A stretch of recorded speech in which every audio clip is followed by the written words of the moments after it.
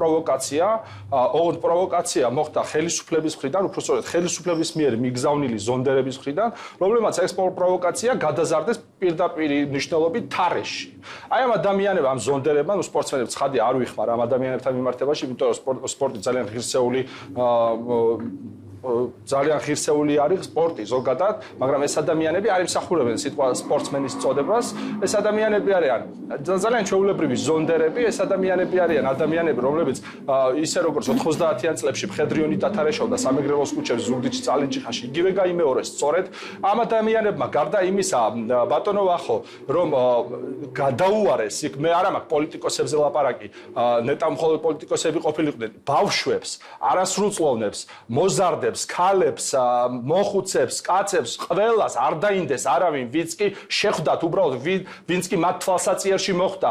გარდა იმისა, რომ ეს ხდებოდა საარჩევნო ტერიტორიაზე, დევნა განახორციელეს ამ ზონდერებმა, დიეს ადამიანებს 500-600 მეტრის მოშორებით გამართეს ხოცვა-ჟლეტვა იქ ადამიანების და გარდა იმისა, რომ ფიზიკურად უსწორდებოდნენ და მართლაც სისხლიანი დღე მოაწყეს სამეგრელოში 22 რიცხვში, გარდა ამისა, ძარცვა და ქურდობ იყვნენ დაკავებული ისე როგორც მხედრიონი აკეთებდა ამას 90-იან წლებში და თელი ფეისბუქი დღეს დიახ ბატონზეა და აი დაპირისპირება რომ არ მოხდეს მომავალში თუ შეიძლება საზოგადოებამ რო იცოდეს მე ქურდობა არ მიხსენებია შემთხვევით ძალიან კაფიოდ ჩანს კადრებში ერთ-ერთი ზონდერი ხა სახელი და გვარი არ მახსოვს იმ უსინდისო ადამიანის როგორ ყოფს ჯიბეში ხელს ვიღაცი ჯერ ურტყავს ცემს მე ჯიბეში უყავს ხელს და იმ ჯიბიდან საფული ამოაქვს აი ესეთი ადამიანები შეკრა ხელისუფლებამ ეს ადამიანები დაქერებული ხელისუფლებას და ის რომ თქვა ამ ადამიანების მიმართ სანქცია გატარდეს თქვენ ფიქრობთ რომ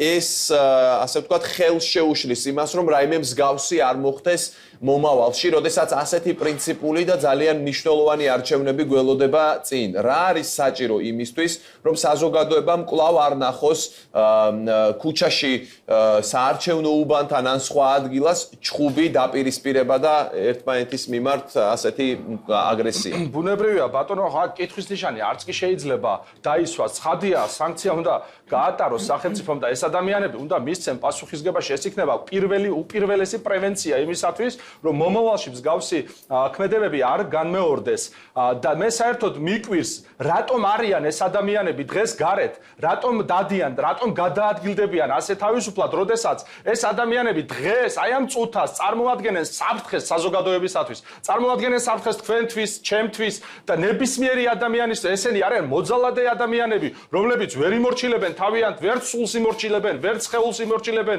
ვერაფერს ვერ აკონტროლებენ ეს ადამიანები საკუთარ თავს ეს გამოვლინდა მათი ქმედება 22-ში კორცხელში, აი ამიტომ სასწრაფოდ ეს ადამიანები უნდა იყვნენ მიცემული პასუხისგებაში, უნდა წარსდგნენ სასამართლოს. ბატონო, რა სიტყვით იმაზე, რაზეც ქალბატონი ნანა ლაპარაკობდა ახლა, რომ ასეთი რამ მოსალოდნელია იმიტომ რომ ნაციონალური მოძრაობის მიმართ საზოგადოებაში არსებობს აგრესია. აი ამაზე რა ბატონო ვახო, ეს აგრესია არ არსებობს თქვენი აზრით?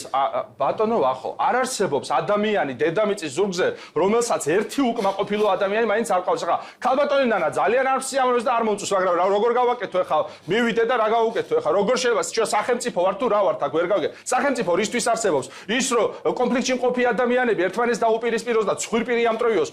სახელმწიფო სად არის მაშინ? რა გვინდა მაშინ სახელმწიფო? რატო შევქმნით ზოგადად სახელმწიფოს ფუნქცია რა არის მაშინ? რატო არსებობენ ეს ჩინოვნიკები იმისთვის რომ პრემიები და ხელფასები აიღონ თუ რა არის ამ ადამიანების დანიშნულება? რატომ არ მართავენ სახელმწიფოს ისე როგორც უნდა მართო და რატო აძლევენ ადამიანებს საშუალებას ცხვირპირი ამტრიონ ერთმანეთს? თუმცა ამ კორცხელის შემთხვევაში და ამ ინციდენტის შემთხვევაში აქ არა მხოლოდ იკვეთება გულგრილობა სახელმწიფოს მაღალი თანამდებობის პირების მხრიდან. იკვეთება ძალიან კონკრეტული დანაშაულებრივი ქმედება მაღალი ჩინოვნიკების მხრიდან და ეს არის ძალიან მკაფიო ეს ადამიანები არ ჩასულან თავიანთი ინიციატივით იქ ეს ადამიანები იქ ძალიან ორგანიზებულად ძალიან წყობრად ასე ვთქვათ მოაგროვეს ზოგი თბილისში ზოგი ქუთაისში და შემდეგ სხვადასხვა ქალაქებში და ძალიან წყობრად მანქანები გასაგებია ქალბატონ ნანასთან უნდა გადავიდე ისევ შემდეგ ისევ დაგიბრუნდები ადგილობრივი მოსახლეობა ბატონო დაგიბრუნდები გაუსვათ ხაზი იქ არ დაურბევიათ მხოლოდ პოლიტიკური თანამდებობის პირები და დეპუტატები და პოლიტიკოსები. დაგიბრუნდებით ქალბატონ ნანასთან მათ შეკითხვა.